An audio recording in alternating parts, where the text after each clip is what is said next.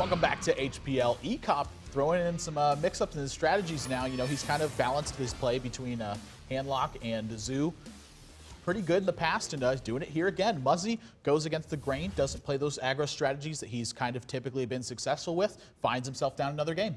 Yeah, if you would have told me that they would have queued up, if you would have told me that ek0p was going to queue up Warrior there, Warlock, and then Muzzy was going to queue up Warrior, I would have thought it would have been Grim Patron Warrior and something like Handlock from Warlock, but we had it actual backwards. So it's very interesting to see what these players queue up, how much they want to play mind games with each other, you know, what curveballs they want to throw. This format, guys, you can play anything at any time, and you can change anything you want in between games. It leads to a lot of interesting situations on deck choices and matchups. Yeah, kind of looking at the way people have played in the past, when you play those classes that have multi-dynamic classes or multi-dynamic strategies to them, very big point on how players mulligan and how they build their strategies going forward. Game 2 versus ek0p, though, is getting, ek0p versus Muzzy is getting underway. Yeah, and it looks like we're going to have a Freeze Mage deck from Muzzy here, and ek0p with what might be the same deck, I'm not sure, but he has an Acidic Swamp Ooze in it. Maybe that's one of those changes made in between games, adding an Acidic Swamp Ooze into his deck, seeing that Muzzy was playing a Warrior strategy, and he can't be happy about having it in his deck, seeing Mage from Muzzy. Yeah, I mean, anytime you have an Acidic Swamp Ooze in your deck and your opponent's not playing a weapon class, not a very strong minion, just a 3-2. Maybe he's got a Blingtron in there. I was just about to say, maybe he's got a Blingtron, you never know. But I would be very surprised to see something like Blingtron come from Muzzy. Maybe something like Unstable Portal into Blingtron. But yeah, so we're going to see ek0p get the game started here. It looks like he's going to play a Knife Juggler. If we're going playing the 1-drop, he just wants to get the mana utilization here. He's going to keep a 1-drop later so he can maybe tap and play a 1-drop on turn 2. You know, things like that. Yeah, Knife Juggler is just an outright stronger minion on turn 2 as well. It's an outright stronger minion, but sometimes you don't want to put it out there and have it die to the first removal spell. So, you know, you want to protect it sometimes, but I like this play here. Yeah, I mean, that's one of the reasons why Flame Imp is so good, too, is when that's played on turn 1 and your opponent doesn't have a minion to challenge it, they'll have to, like against Mage, for instance, sometimes they'll be Frost Bolting it and trying to find ways to do things like that. But Muzzy here, this is kind of a heads-up play now. He's just played... my mind just completely blank. Doomsayer here versus this Knife Juggler, and ek0p does not have an effective way to fight against this. I mean, he can kill the Doomsayer with a Power Overwhelming and get a Flame Imp on board, or he can just choose to get in 3 points of damage. I like that he's just getting 3 points of damage. Something curious to note, though, is these Power Overwhelmings are not very strong in this matchup.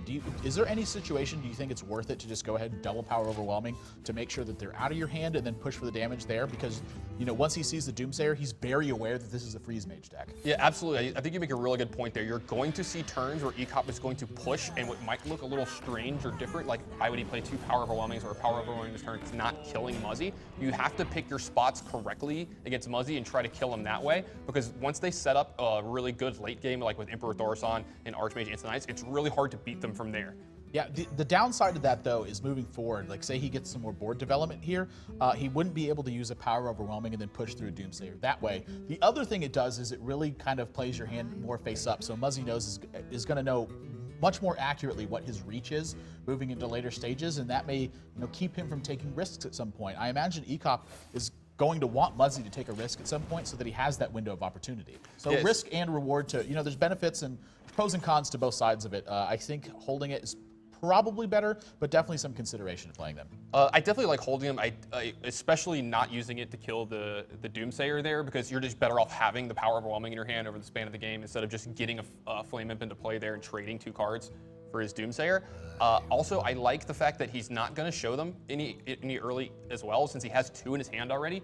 Muzzy might take a risk where an extra 8 damage isn't going to enter his mind. Like, he might have a turn where he thinks an Ice Block is going to keep him safe, be just enough to get him, and you know what? He has the foil, the direct foil to that 8 armor. Yep, so ek0p choosing here to favor extra damage over the potentially keep abusive Sergeant outside of hero power range. I think I like this play a little bit more. In this matchup, you need to squeeze in every single point of damage you can. And I think you're seeing that come into effect right now. So Frostnova Doomsayer, excellent turn, of course, from Freeze Mage, but ek0p, Ironbeak Owl sitting in hand. Yeah, thankfully for ek0p, he has an Ironbeak Owl sitting in his hand, but he had to believe that this play was going to work since he already saw 1 Doomsayer's game. Sometimes, when they played on turn 2, out of Freeze Mage, you're like, oh, they might have a second one, but it's actually just a good play out of this deck most of the time. You have a ton of things you want to be doing on 3. You want to be drawing extra cards, things like that. And just playing it on turn 2, even to kill 1 minion, is great because of the tempo advantage it has. You get to pass, have them do nothing, lose their guy, and then you come back with no minion in play. Yeah, really kind of throwing off the way that your opponent chooses to play their curve out. And we've touched on it over and over again. In high-level play, consistently you'll see players make decisions to try to dictate their opponent's mana utilization. So a very big effect in Doomsayer is a prime example of how that works. Yeah, and you're seeing Muzzy being in a lot of trouble here. He really needed this Doomsayer to go off last turn and get to play Emperor Thoros on this turn, the card that really put this deck over the top as a professional deck. It really upped its win percentages by a ton. Emperor Thoros was like perfect for this deck, and now he doesn't get to get that clean turn into turn 6 and do that. That's what he was trying to set up, but ek0p had the perfect foil in Iron Big Owl. Yep. So a lot of pressure on Muzzy here to make sure that what he's doing right now is planning out how his next couple turns go. You know, ek0p I fully expect to see it this turn, but it's a matter of, you know, how aggressively does he want to follow this up. He's taking out the Abusive Sergeant. Good placement here by ek0p, by the way, not keeping both of the 1 health minions next to each other. You know, ek0p was in his mind there, so able to, you know, utilize that to some effect. Yeah, that's something you don't see from a lot of players, and you don't see players focus enough on, is minion placement. Sometimes they just jam their guys out there when they have 5 or 6 minions, and you see ek0p taking his time on all of them and playing very, very well. And you know what? It came up with a small percentage there, but it helped him out a lot in this matchup. Yeah, ek0p, you know, he's played a lot of Freeze Mage in the past. He's played a lot of basically everything in the Right. past. It's just kind of the nature of a player who, you know, practices day in and day out. And so understanding all these matchups. Now, Sylvanas, a lot of times Sylvanas is kind of a risky play against this deck, but he's already seen both Doomsayers.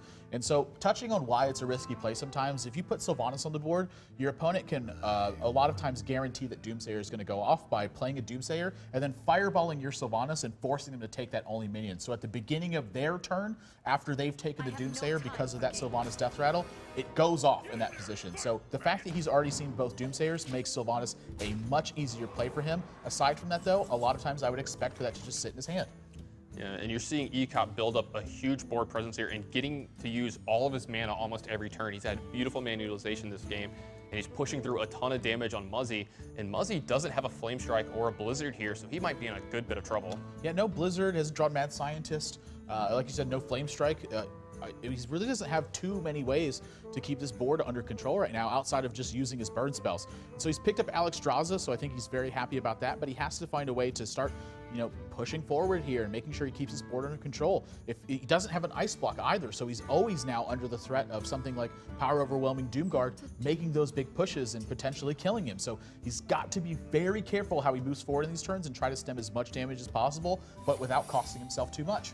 Yeah, I mean, the thing with Freeze Mage is you're trying not to die for the first 7 or 8 turns, and then all of a sudden you just turn around on turn 8, turn 9, or turn 10 and have these huge plays and win very easily from there. That's why I see a lot of players who play Freeze Mage not have a super high DEH. They don't always deal a ton of damage to their enemy hero, but they play things like ek0p, get them to 15, and then just fireball them twice and cast a Frostbolt, something like that, and kill them from there. But if you can put this deck in a situation where it's always on the back foot, trying not to lose, and it's using its spells like this as removal, sometimes you can get to the situation where not only are you winning, but they can't win anymore. Yeah, so ek0p also kind of having to be mindful of his life total moving forward as well. You know, he's getting to that spot where he's taken so much of his own damage from playing his own cards that, you know, he could potentially be in range of the burn. So I think he's actually pretty happy to see something like an Ice Lance here. And, I think kind of unhappy to see an Ice Barrier. Muzzy's no threat whatsoever this turn. But next turn, something like ek0p still doesn't even look that good for Muzzy here, because once again, ek0p's just getting pretty low on his life total. So it's going to be interesting to see exactly how he approaches this turn and what Muzzy does as a response to that. Yeah, I really like your point about ek0p's life total here. You have to be conscious of your own life total in this game, because sometimes on turn 10, you can just take something like 15 out of nowhere. You need to be conscious of that. I was actually going to say he beat me to it, but I think ek0p has maybe 1 more life tap in him, maybe 2 at the most. I wouldn't expect more than 1 more. This game. He's going to keep his life total up as high as possible unless he deems that he really needs to get an extra card that turn to push for the win. Yep, second Ice Barrier here for Muzzy, but once again, staring down a ton of damage, no way to stop everything that's coming in unless he wants to start using Fireballs, maybe use Frostbolt. I mean, a lot of things are happening here, and he's got to be careful how he allocates his resources. Right, and this is that setup that I told you about. ek0p has 15 power in play. Muzzy's at 15. He might play an Ice Barrier and an Emperor here thinking that he's safe, and ek0p has the extra 8 burst damage in his hand to exactly kill him, if my math is correct. It would be an exact kill here, and this is a situation that we alluded to on turns 2 or 3, and that would be pretty interesting if it actually happened in this game. Yeah, I mean, this is really the benefit of now holding those 2 Power Overwhelmings that he maybe could have played early on. Again, I still like his holding of it because of this kind of scenario. This is really a turn with the way that Muzzy's hand is panned out that he feels like maybe he has to take a risk here. And something like Ice Barrier Emperor Thorson may be exactly what happens. Yeah, I mean, you never want to be using, it looks like this is exactly what he's going to do. You generally don't want to be using your Fireballs and Frost Bolts to keep yourself alive early in the game unless you absolutely have to. Wow, so that's exactly what he's going to do. And let's count this again to make sure. He's got 5 from Sylvanas, 10 from the 2 next to it, 5 more, it's 15 plus 8. I mean, that looks like it's lethal. But you know what? ek0p doesn't know that this is Ice Barrier right now. He may think that this is something...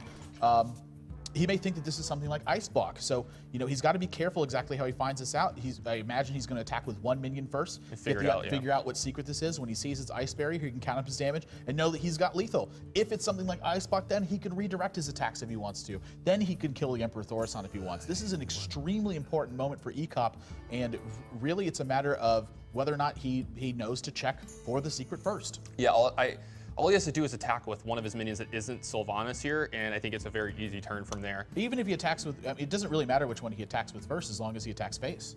Right, I just meant, like, you know, if it would not be able to kill Muzzy's turn, he can use the Sylvanas to trade off for the Emperor Thorson here, because I don't think you want to let that sit around on Muzzy's side of the board for another turn.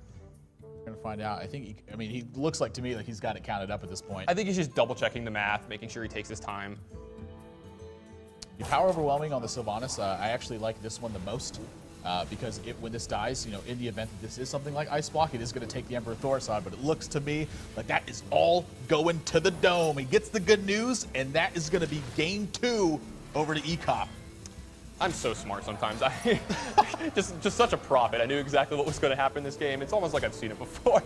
But no, it was mastermind from you. Yeah, just absolute mastermind here. But yeah, it's great when you talk about something early in the game, like, you know, typical plays that happen or something that could happen and it just works out. You just look, you know, like you know what's going to happen. But yeah, we saw ek0p understand his matchup, save his Power Overwhelmings for the exact situation that we talked to. One of the turns where he uses an Ice Barrier, thinking that, you know, I have to take this risk here. If I take this risk and it works, I have a chance to win. And you know what? He got punished for it. He took the extra, he had the exact amount of damage to get through that turn and burst in for the win. Yeah, I think it's Muzzy, though, as far as he's concerned, that's exactly the kind of risk that he had to take, I think. Any of his other plays, you know, if he starts fireballing minions or what have you, he's just going to run out of damage at some point, and ek0p is not going to have a shortage of pressure. So he has to take a risk there in order to get to a winning position. And this is something you often see at a difference between a professional player and someone who, you know, is just kind of good at the game. Professional players will take risks when they deem it's necessary. That's how you win at Hearthstone, is taking calculated risks. Yeah, it's something that we've touched on before, playing not to lose versus playing to win. And I really like him playing to win there. Nothing bad against Muzzy's play there. I actually liked his play and felt that it was correct. It just worked out that ek0p had the exact foil in his hand for what he was trying to do that turn, and it ended up getting him the win.